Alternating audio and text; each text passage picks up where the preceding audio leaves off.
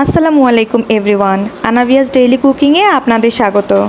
আজ কিন্তু আমি খিচুড়ি রান্না করব। খিচুড়িটা কিন্তু বেশি পাতলাও হবে না, আবার বেশি ঝরঝরেও হবে না, এমন একটা খিচুড়ি আমি আজকে রান্না করে দেখাবো আপনাদের। তো চলুন আমরা রান্নায় চলে যাই। তো আজকে আমি দুই ধরনের ডাল দিয়ে খিচুড়িটা রান্না করব, মসুরের ডাল আর হচ্ছে মাসকলাইয়ের ডাল। তো মাসকলাইয়ের ডালটা আমি একটু টেলে নিচ্ছি। তো টালা হয়ে গেছে, এখন আমি চুলাতে একটা কড়াই বসিয়ে দিয়েছি।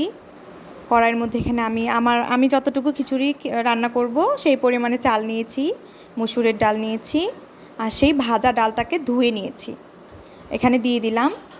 তো এর মধ্যে আমি পেঁয়াজ কুচি, মরিচ ফালি, আদা বাটা, রসুন বাটা।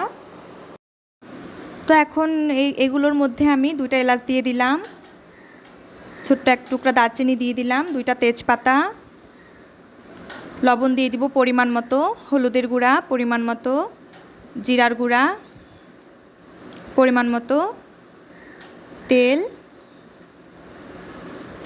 তো সব দেওয়া হয়ে গেলে এখন আমি এই সবগুলোকে একসঙ্গে হাত দিয়ে মেখে নিব।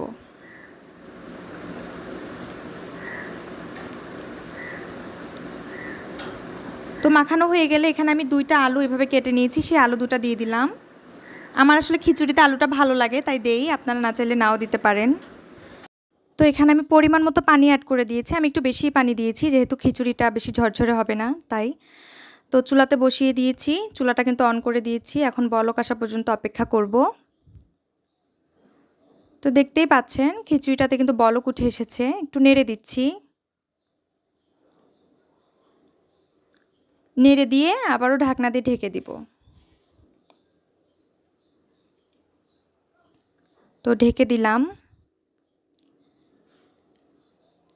তো পানিটা আরেকটু কমে আসলে ঢাকনা উঠিয়ে এটাকে আমি আবারও নেড়ে দিচ্ছি। তো এই পর্যায়ে আমি ঢাকনাটাকে দিয়ে দিলাম, ঢাকনাটা উঠিয়ে নিলাম। দেখতেই পাচ্ছেন আমার খিচুড়িটা কিন্তু কাছাকাছি হয়ে এসেছে মোটামুটি।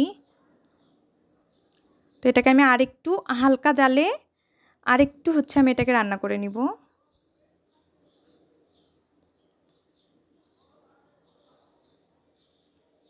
ঢাকনা দিয়ে হালকা জালে রান্না করে নিলেই কিন্তু হয়ে যাবে। তো দেখতে পাচ্ছেন আমার খিচুড়িটা কিন্তু রেডি হয়ে গেছে।